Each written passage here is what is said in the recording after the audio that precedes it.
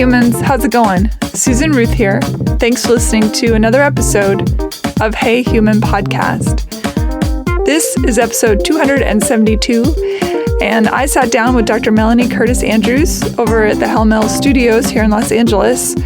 She is the co-founder and artistic director of Inner City Shakespeare Ensemble.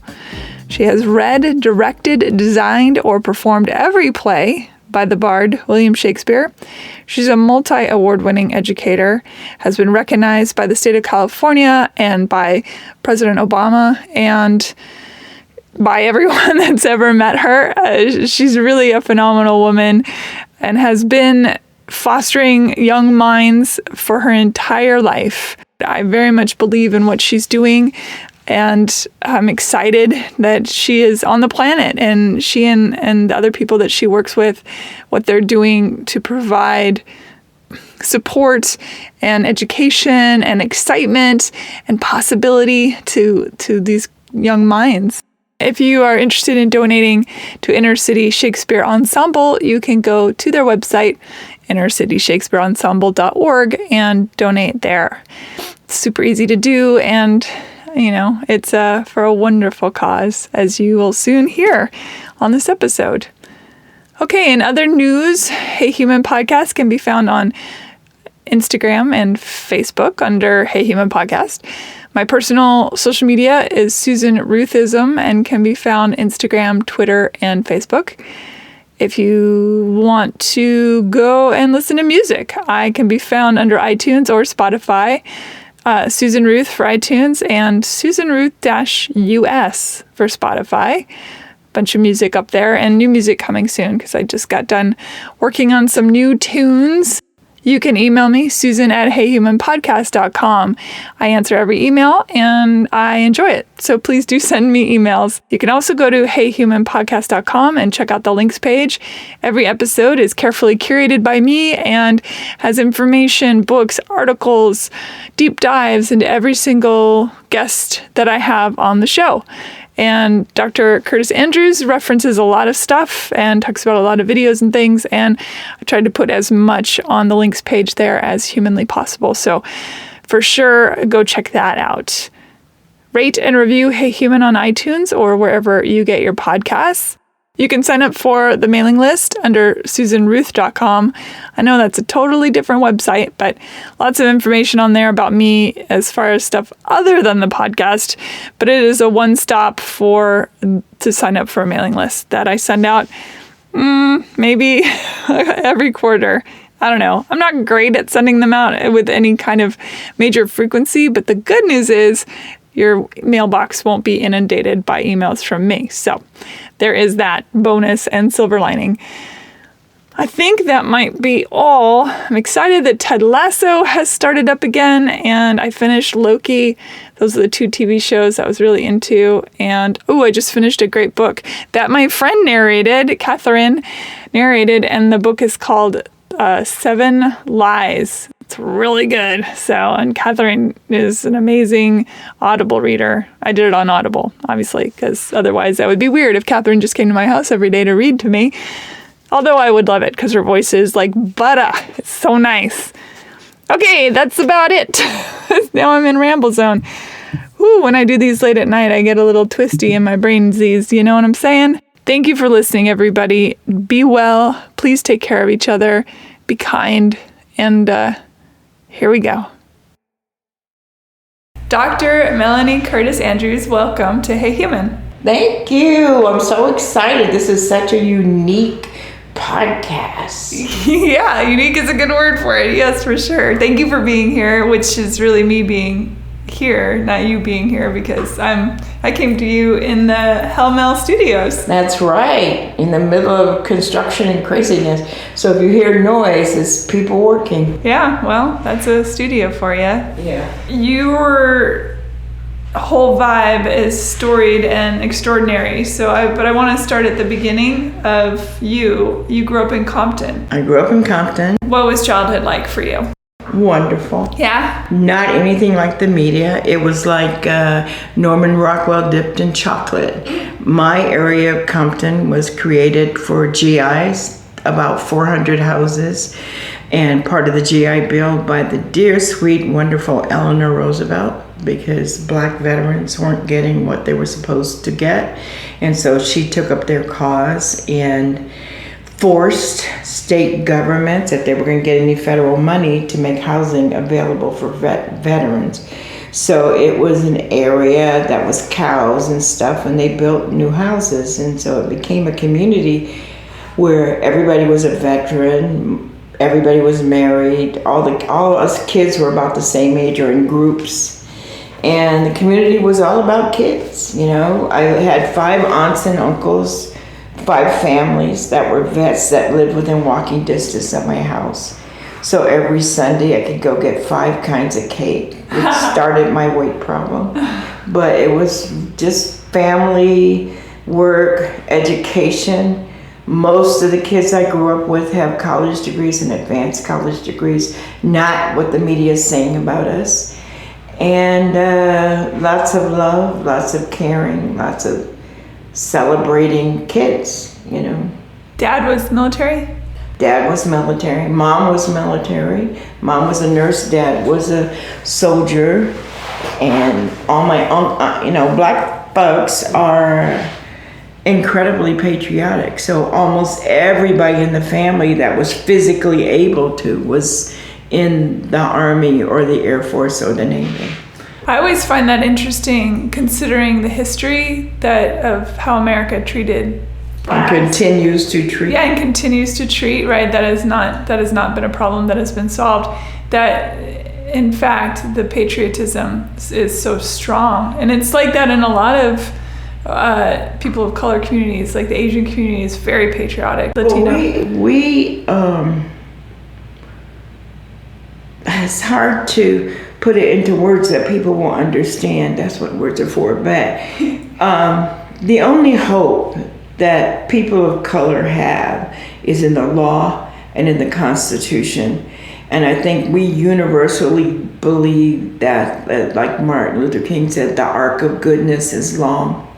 And that we as Americans have the possibility of getting the so-called American dream if we follow the American tenets, which are we hold these truths to be self-evident, that all men, including leave the girls out, are created equal. And so this culture believes that. And even though it's like there was the end of the Civil War and then there was Reconstruction, and so there were people, that had all kinds of opportunities, and then 20 years into that, there was Jim Crow, which lasted really until the 60s, and then in 1964 there was a period of equality that came through courts and legislation and all that, and that lasted for a while, and then it started to go back with serial predators and over policing of our communities and what we have now. So there is a constant belief in this kind of African tradition.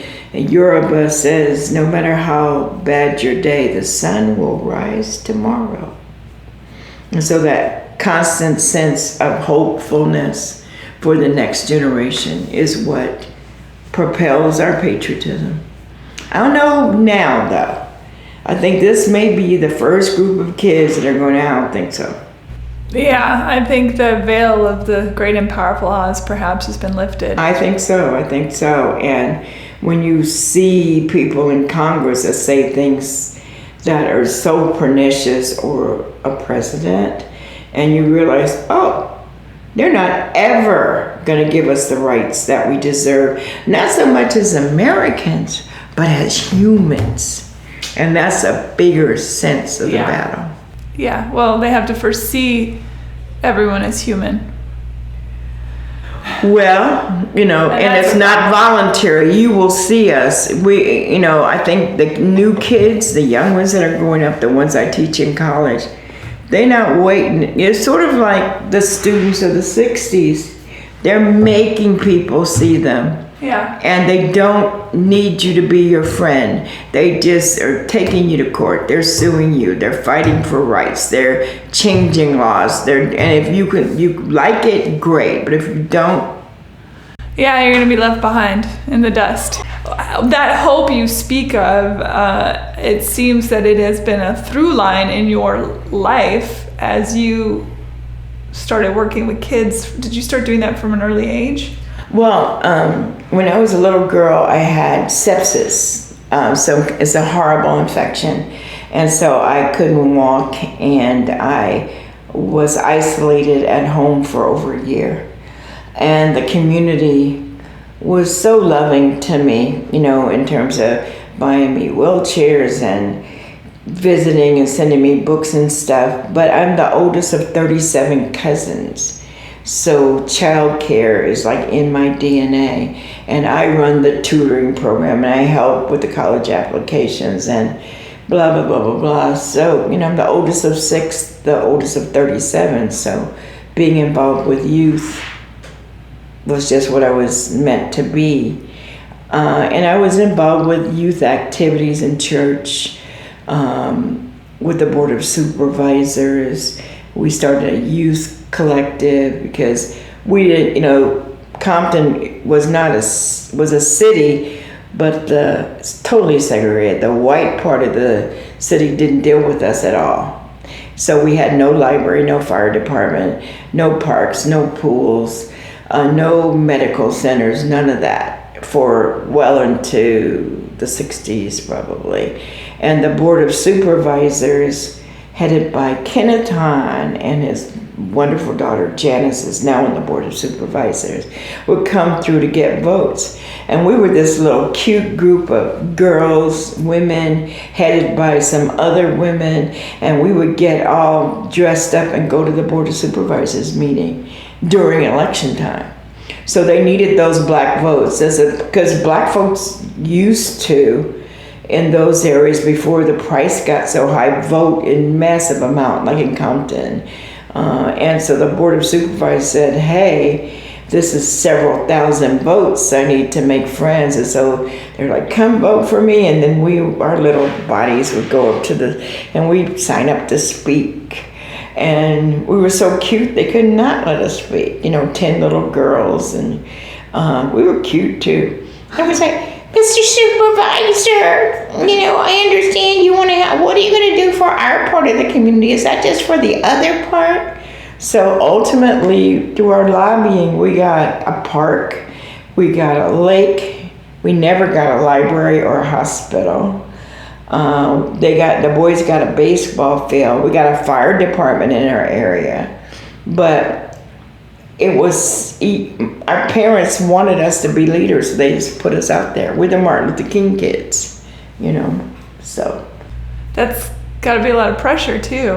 We were too stupid to know we were under pressure. We were just following the lead of our parents. Yeah. Most of our parents who were GIs grew up in the South, and there was a lot of Jim Crow stuff going on. And I'm working on a film now about this issue in my family, and there were over 4,000 black GIs that were lynched from 1893 to 1964 in the South, Louisiana, Mississippi, Alabama. Not a single prosecution. And we can prove these lynchings because the lovely white citizens took postcards, and the body would be hanging in the back and they'd be standing in front.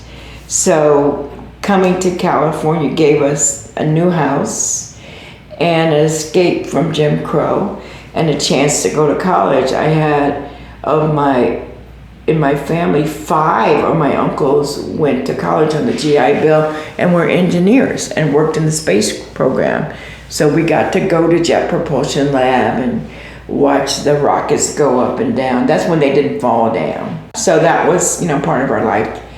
Some of us, I think we have one chemist of the cousins and several computer people, lots of teachers, one physician's assistants, a lot of business people. But of all my cousins, all of us have degrees.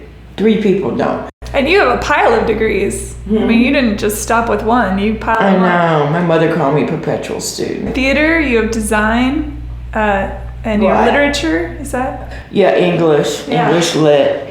And then there's comparative statistical analysis, which is math, which you had to take in communications. So my cousin Bruce and I, he's gone, he died. We're the same age. And so we had this game we were playing when we were going to college. How many majors and minors can you get without adding with the least amount of coursework? So consequently, I have a bachelor, with a triple major, a master's in curriculum education, a master's in administrative and education, and then a PhD, which is a kind of a cumulative thing with Ewing University, USIA, and USC. You know, my mother called me the perpetual student because she felt once you got an AA, you go out there and get a job. You know, that's the world we came from.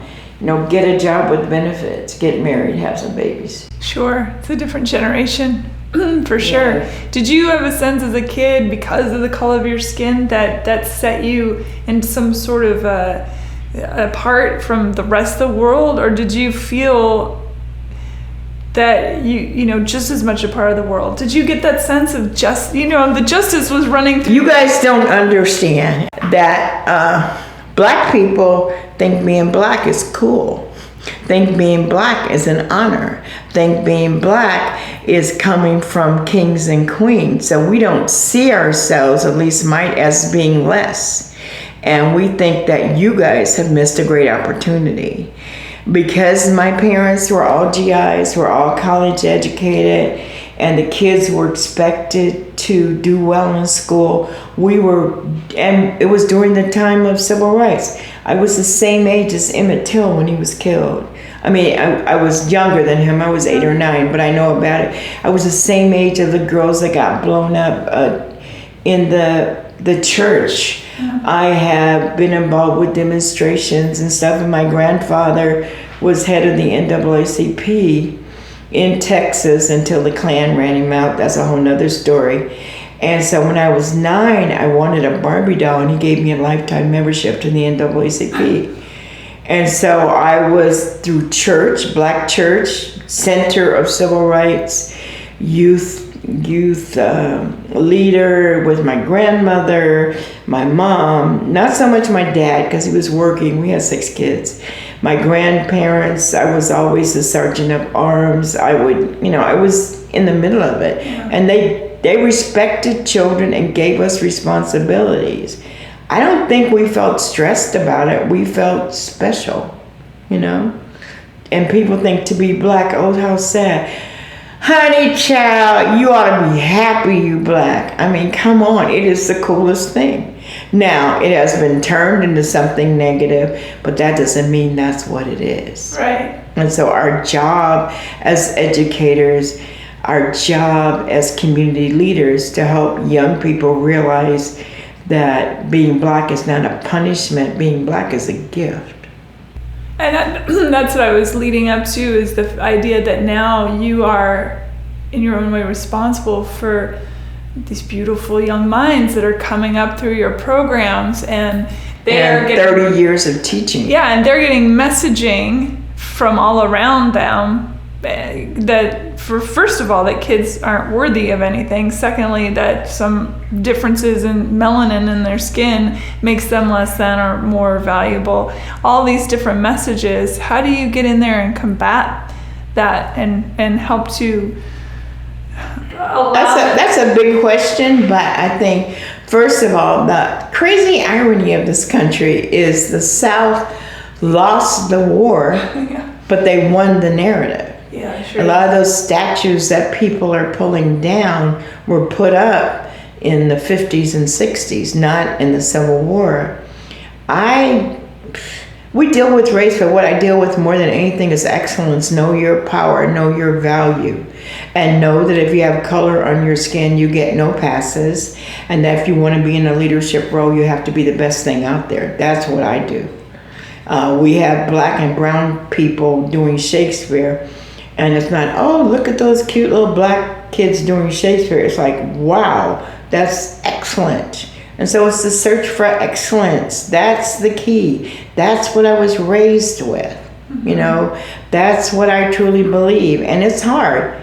I can tell you something that happened. My first demonstration, I was 9 years old, I think.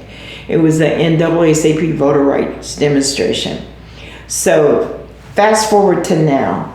And I work with various communities. So a bunch of people in Culver City were doing a family march, you know, that would be safe, and it was organized for kids. And so I was there, and these girls I know, we know each other, but their little dance troupe, because of COVID, couldn't have their performance. So I'll show you a picture of it before we go. So they were, they had on their little fairy outfits, and their wings weren't right. And I walk around, I have scissors, safety pins, that's me.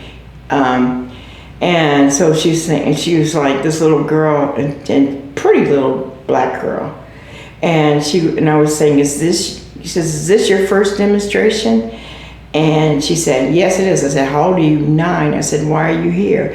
He says, for rights. And then I started to cry, because I had done that at 9, and I'm over 70.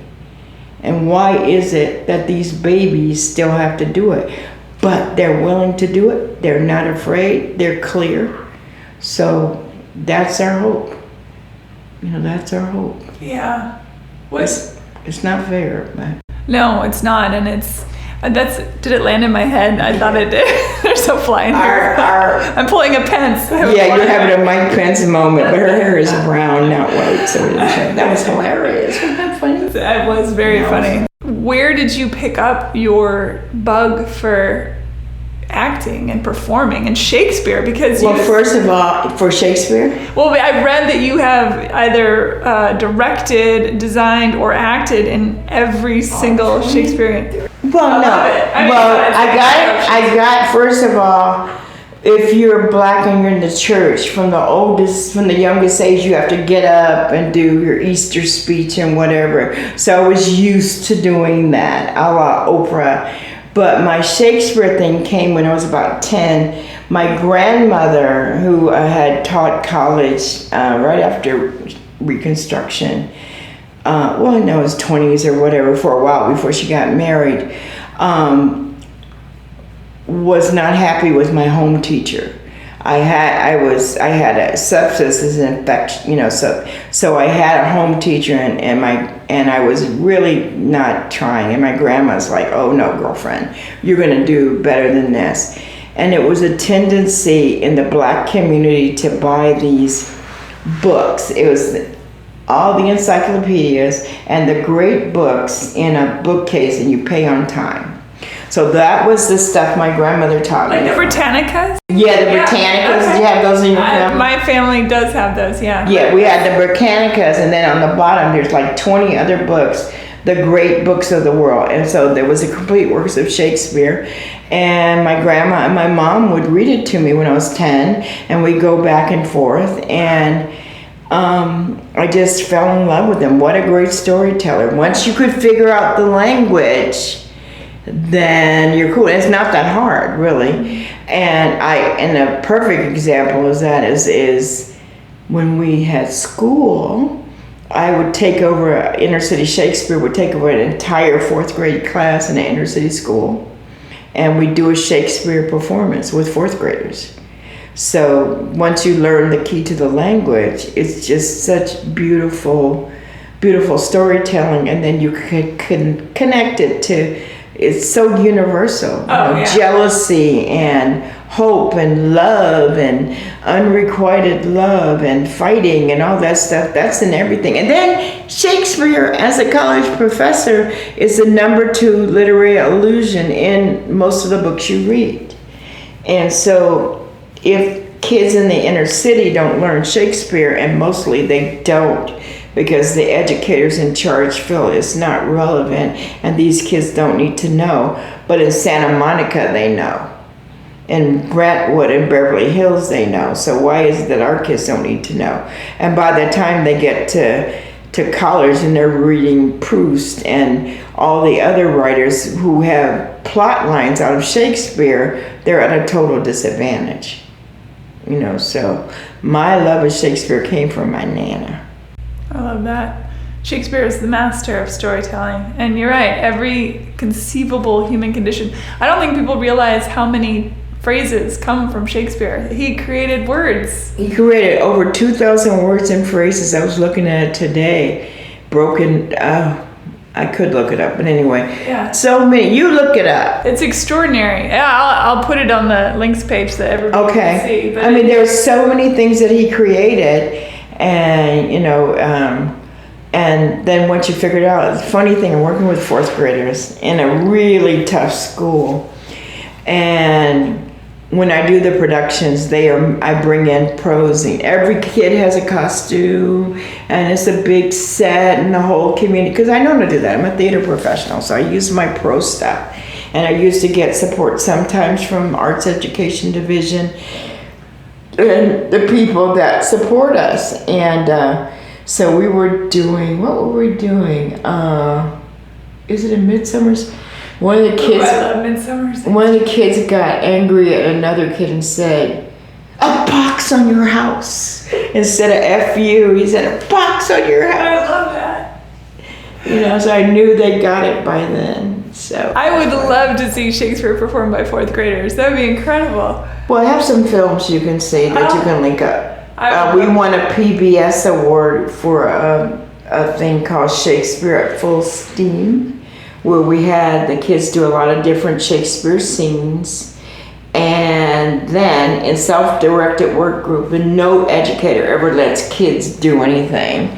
They put them in the aerospace industry. It's called self-directed work group. That's why aerospace is so creative. There's no boss. You have a job. You get together with your group and you do it. So we would give them prologues, and we divide it up into sections because every Shakespeare starts with the prologue, and dictionaries, and say, "This is your job. Tell us what this means." And they would do it. And then because everything had to be connected to STEAM, we had self-directed work groups that had to do a presentation on some aspect of science that happened during the time of Shakespeare. So, and I have it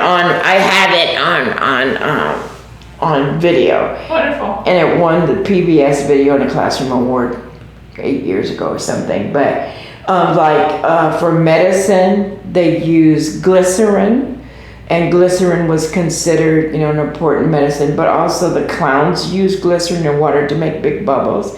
So they figured out proportions, and then they took a tube and then they make the big bubbles. So that was one presentation. They made catapults out of pieces of physics. They made a castle out of little pieces of wood with their parents. We did something in math about money, comparing the money of the 16th century and now. Loaf of bread, half a pence. Loaf of bread now, $8.50. That kind of stuff. And then we had puppet show, and they bowled. They did target practice. We did dances. So kids did this. All I did was have meetings with what's going on with the math group? What have you guys decided to do? So they decided, and then we provided support. But they had to decide. And so they researched what Elizabethan money looked like and copied it out and then duplicated it and made it so that people could spend it and all that. Kids did that. Yeah, because purpose. Project-based. Yeah. Purpose begets progress. It begets excitement. So if anybody wants to see it, I think it's on YouTube, and it's called Shakespeare at Full Steam. STEAM. Yeah. I'll put a link on it. And we've done it a couple of times, but schools don't like that. Theater is messy, and schools don't like that kind of chaos. They really don't. And so you have to do it. Occasionally you'll get a principal that says, okay, this is good, I want to do it. And usually you get a principal that is like, this is taken away from math time or something. The ultimate payoff is in a couple of the schools where we did the 4th grade, their test scores went up substantially. So that made us a little more valuable. But it's kind of become a little bit of a national motto to understand that Shakespeare is not all that hard. It's just one kind of literature that is organized. The syntax is different, but the message is the same. And that kids can handle that. We have kids, and then also doing Shakespeare with high school kids at Washington Prep. And I'm an actor. I've done all these different companies, and I've coached and all that. And so I chose after I left Atlanta to teach at Washington Prep High School. And so people from BAFTA, British Academy of Film and Television Arts, had kind of wanted to do this outreach, and they were doing Romeo and Juliet, and then they wanted to do a full production. That was our first one for Inner City Shakespeare. And we're trying to go through the script, and then I'm reeling these high school kids. I mean, Washington Prep, school with issues at this point. It goes up and down, but when I got there, it was a mess. Some of the lowest test scores in the state. And so the kids didn't have command of language. So I said, okay, you BAFTA people want to do something? Send some folks out here to mentor these kids. And they did, and they've been doing it for years. Phil Reese, who's an actor, and Neil Dickinson, who's an actor. They've been doing this since the beginning. They come out to South Central and sit with the kids and go through the language, and then, okay, this is what you're portraying. How do we do that? So mentoring is so key to what we do. It was and it is. Here at Helm Mel, we have Val Kilmer's whole crew, and you never know who's going to be here. Most of them are actors. They mentor. And now, because of COVID, we moved into film, where kids are producing their own films, writing their own films. So we have writers that are connected, editors that are connected to Helm Mel, people that are coming in and saying, okay, how can we help? And it's just a combining of community. And what happens is people who have these assumptions that these black kids are scary and bad, they fall in love with them the way we are. They're funny and smart and sex survivors, and thrivers. And you give them an opportunity, they're gonna take it. And we've had some famous people.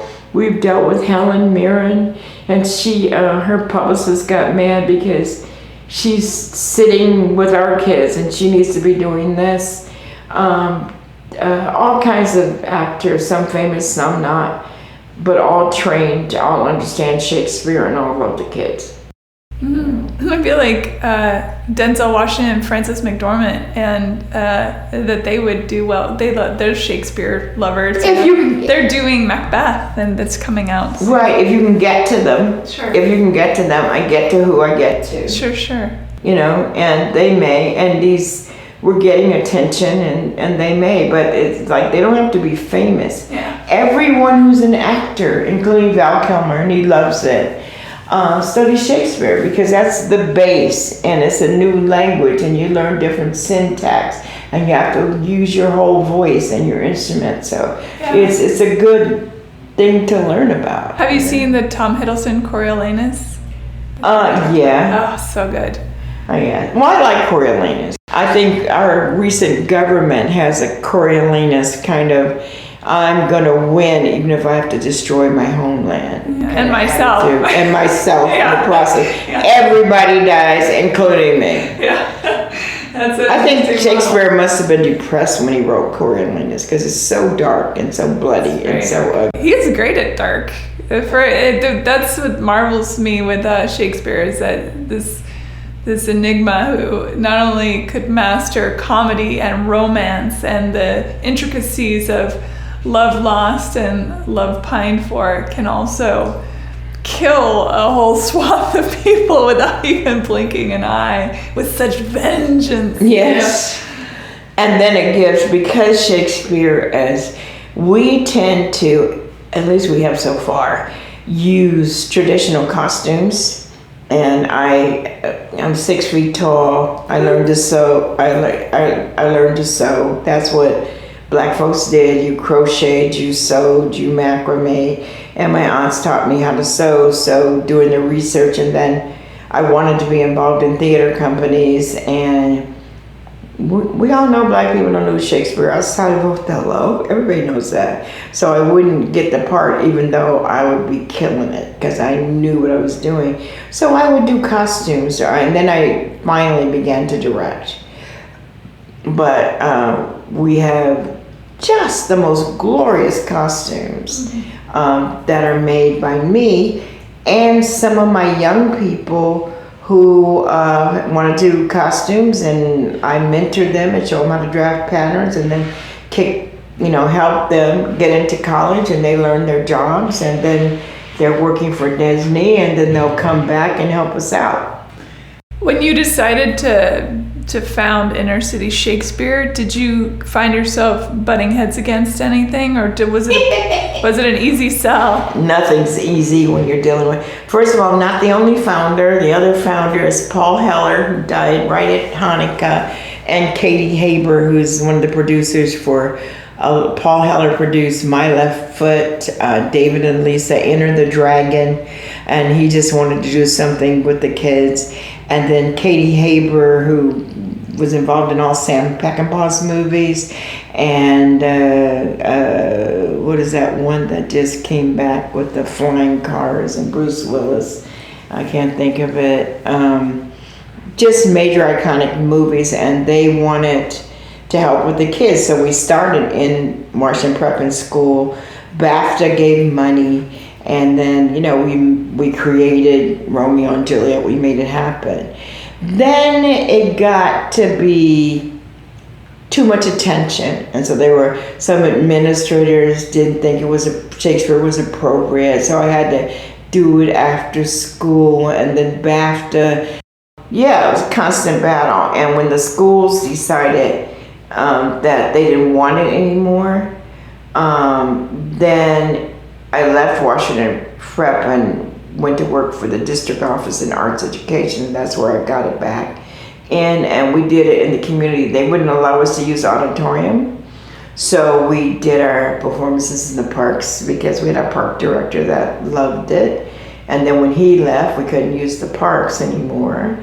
So we're trying to use church basements and community centers and whatever. And then it's a constant fight for money. I didn't know that much about the nonprofit sector. So basically I worked a part-time job for years. I taught school full-time, and then I taught college part-time. And that money and whatever money Paul Heller could put together went into producing the shows. And then as our kids grew up and they got through college, now anybody that does an Inner City Shakespeare performance gets paid. I don't care if you're 12. That's amazing. It's not a lot. It's like $20 a performance. Still. But if you're 11 and you get $200 for doing a show, that's pretty darn cool. It's hard. It's a constant battle. It is constant. This year, really hard because we were closed down because of COVID, but we continued. We did Romeo and Juliet on Zoom. That was nuts. Yeah. Because of COVID, a lot of our college-age students had to go home. So they went back to Chicago. We had Utah, Chicago, Atlanta, everywhere. George Floyd stuff was going on. So it was hard. And then people were dying of COVID. But we just said, we need to keep this community together. We had almost 37 kids in Romeo and Juliet. More than we needed, but the more the merrier, because that was our spring show, which usually leads into summer programs, and then we'll have some kind of smaller piece for the advanced actors, and then by Christmas we do something else. So we've been doing that for a long time. And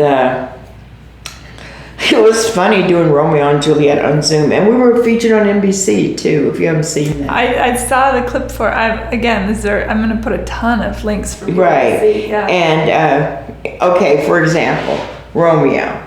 Romeo has to buy poison. He has to use the poison, and Juliet has to try to use the poison, and Juliet's father has to pick it up. So that meant that we had to locate 5 poison bottles that looked exactly alike, give 1 to the apothecary, 1 to Romeo, 1 to Juliet, 1 to Juliet's father and everybody, and then they would get them at the bottom of the screen and it would be there. So with every prop, we had to do that. Wow. All the costumes, because my costumer, Neiman Tate, and he's just amazing, had gotten a job with Disney that he ungot because of the pandemic. They didn't do the movie. I said, Neiman, you're not leaving me to do 37 costumes. So way earlier than we would, we made and fit everybody to their costumes. So when COVID came, we mailed everybody their costumes. And then we put up virtual backgrounds. And then... Wow. It was hard. It was really hard. That's incredible, though. Wow. But we got it done, and it's kind of become like this little model for other, I'm kind of involved with arts education organizations. Don't quit. Just because it's hard, don't quit. And we did a couple other things after that, on Zoom with that platform. And, I'm just like that. Probably somewhere on the spectrum. Yeah. Wait, which of the Shakespeare, I'm sure you've been asked this before, but which of the Shakespeare plays do you feel most aligned with? Either it sort of tells your story or there's a character within that speaks to you the most? That's a hard question. I've never been asked that. As an actor, I'd love to play Lady Macbeth. Oh, yes. But I wouldn't kill anybody to get what I want. I especially love Midsummer Night's Dream because I believe in fairies. I mean, the fact that there's this whole misunderstanding and the joys of the fairies and having fun, and it's beautiful. I'm not like anybody's fairy. I don't know what character, maybe one of the Richards or something. Somebody who's really determined to get their way, to meet the needs of their family. I love Timons of Athens. I don't know if you know that one. I don't know that one. Ha! Timons is this noble that was very rich and very generous. And because of his gambling, he became penniless. So all of his friends cut him loose, kicked him out, lost his house. He's living in a cave, and he finds this is so tacky Shakespeare, he finds a bag of gold. And so which is the basis for what story? Can you think of it? Guy who was rich, lost everything, got some more money, and came back. Count of Monte Cristo. Oh, yes, okay.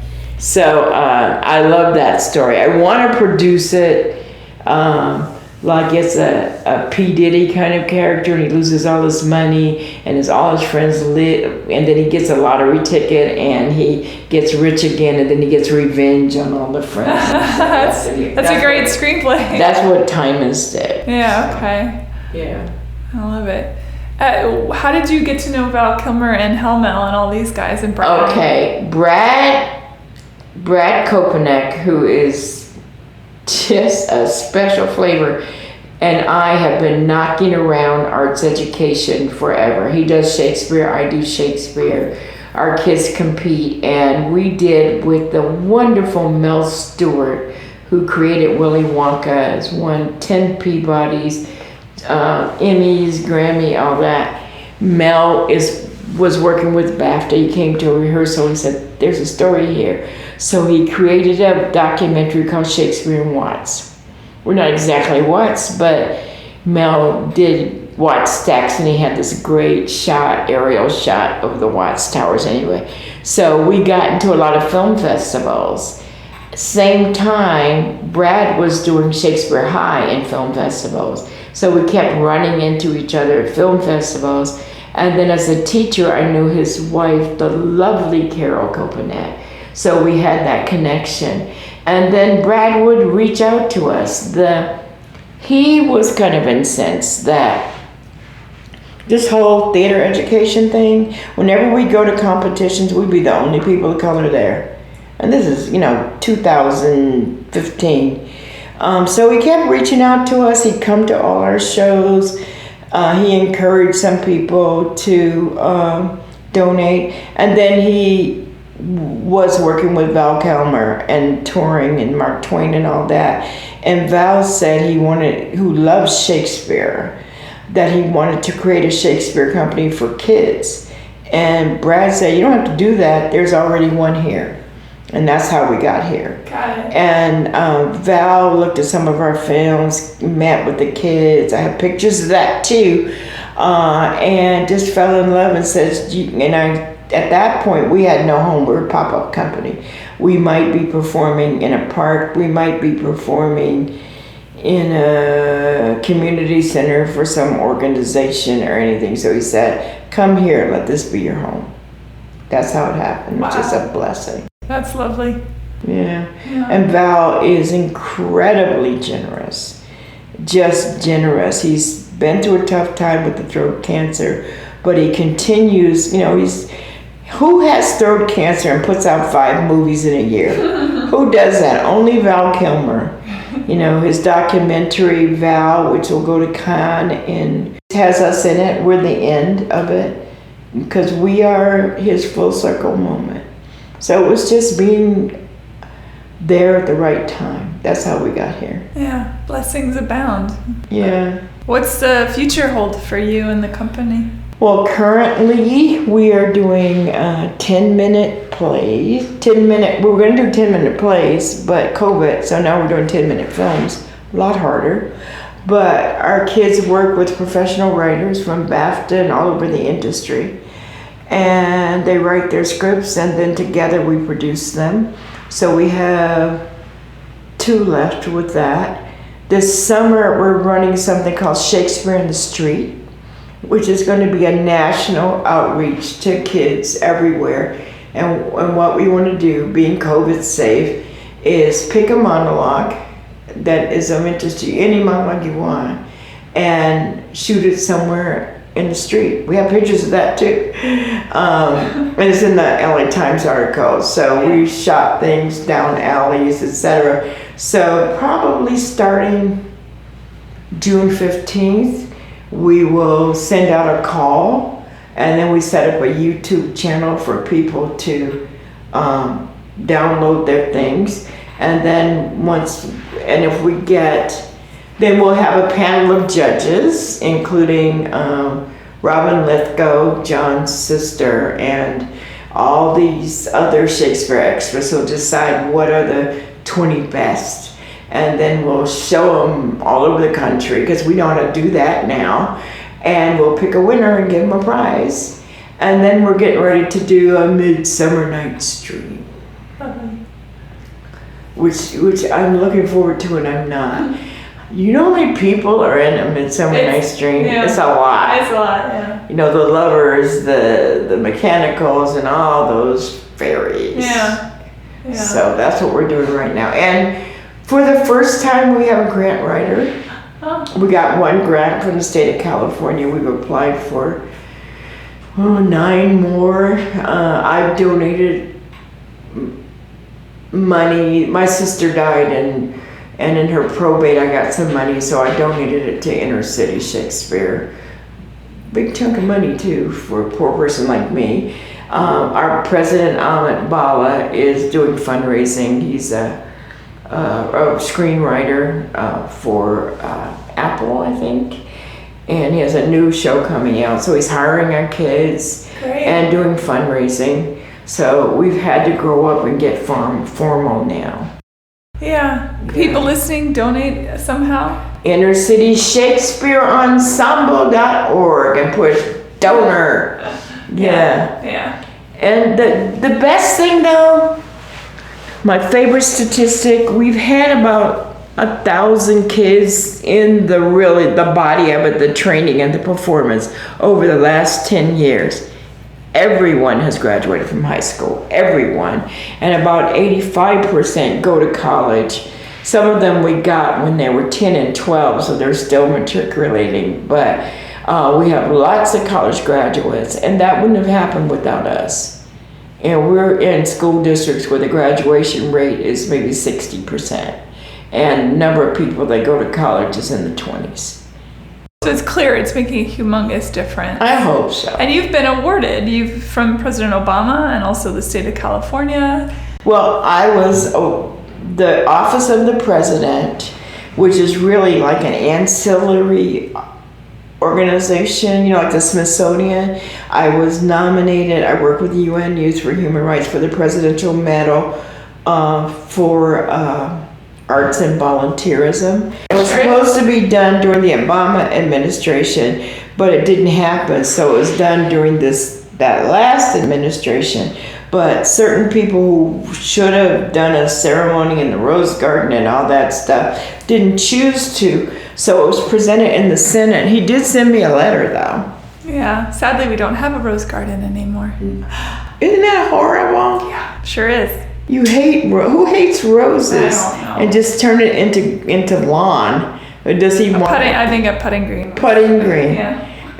We need to get that Rose Garden back. Yeah. It was so beautiful. And the state, the California Teacher of the Year. I've been Teacher of the Year a couple times. That's a big deal. I got to tell you, growing up, I had I'm dyslexic and hyperactive and all these sorts of things. Right, and if somebody doesn't catch you, you just fail. You become a druggie or a dropout. And there were only a couple of teachers, and I still, know them by name and remember what they meant to me and what a difference just an hour in their presence could make. And so it's a big deal. I am lucky in the sense that many, many, many, many of my students I keep up with, and like Ruth Ann Van Buren, she was like my daughter when she was in high school. Her mom died, so she needed a mom.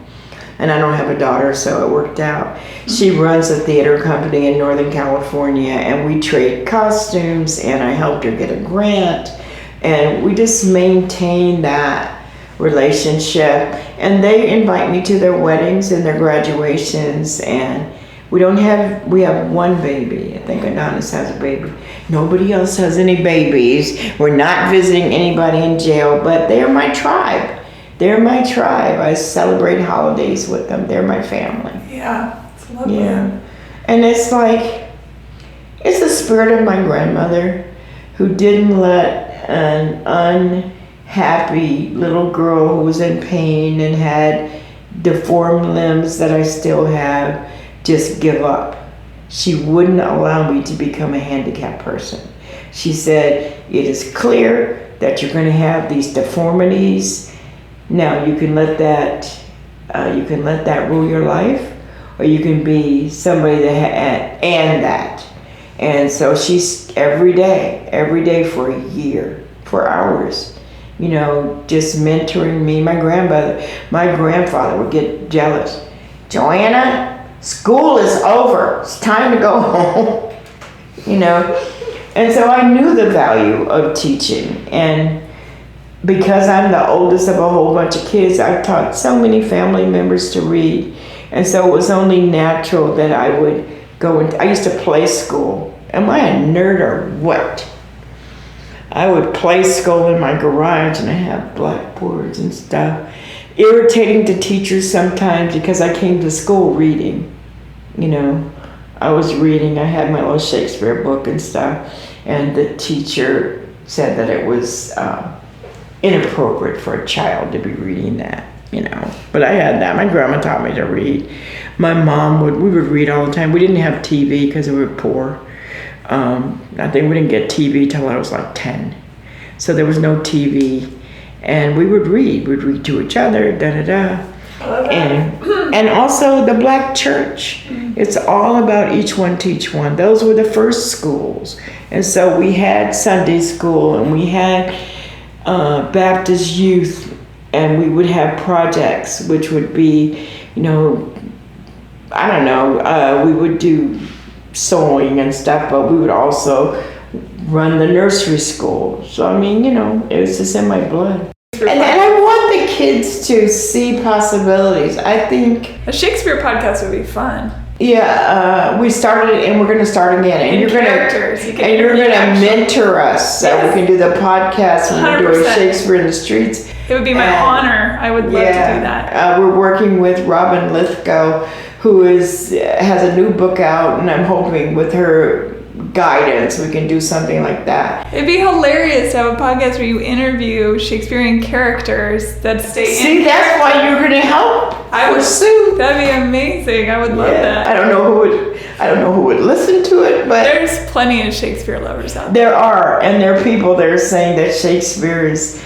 just about a bunch of old adult, dead white men. I don't think people realize that almost every movie and book they have taken into their brain at this point comes from Shakespeare. It's so ridiculous, like you look at all these Law and Order stuff, all of that. It's just, it's like Macduff. I'm going to find who did this murder and bring him to punishment. Is that not Shakespeare? Yeah, I mean, King Lear is all over the place. King Lear is Empire. Yeah, which of my family members am I giving my empire to as I die? And Succession, that's the other one that's also King Oh, yeah, that's messed up. And that any movie about a girl who, like, she's got to have it, not, she's all that. A girl who feels she's left out in a man's world, that's Taming of the Shrew. A lot of the Sherlock Holmes books are based in Shakespeare. Murder, She Wrote, it's just all these novels. And then Shakespeare was a thief too, because he stole, like, Romeo and Juliet is based on a Greek story called Pyramus and Thisbe. Well, Ovid and Homer, these are basis for a lot of yeah. What is it? The Iliad and the Odyssey has that. Yeah. The loss of your family members. You're trying to give your family the respect they deserve. Yeah. And then the history ones. And Shakespeare, there were no newspapers. So everybody would come to see the play, as I understand. And then when everybody had seen it, then, oh God, we got to write another one. That's why there's so many. Yeah. And then some of it is a way to share history of certain characters. And then he's kind of a feminist, don't you think? That's probably because of Queen Elizabeth, Viola, who dresses like a man because she's trying to protect herself. I mean, that's really so Elizabethan in a way. And then she ends up falling in love with the Duke. If music be the fruit of life, play on. Melanie, thank you. Dr. Melanie Curtis-Andrews. Thank you.